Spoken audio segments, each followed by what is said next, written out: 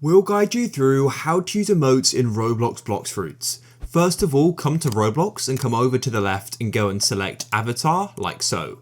And then what you need to do is come over to the right, hover over animations and go and click on Emotes, like this.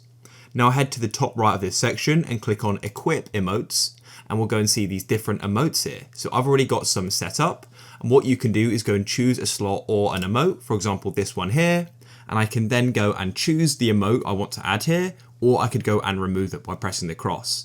And to get more emotes, I can actually see them in the recommended down here, and you can also go to the marketplace and get them there as well.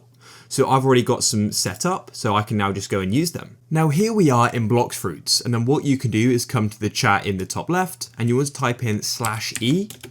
You can then type in the name of the emote, or the number of that wheel that we just saw back on Roblox. For example, let's say I want to do the hello emote, I'll type in /e, hello, press send, and we then go and do it.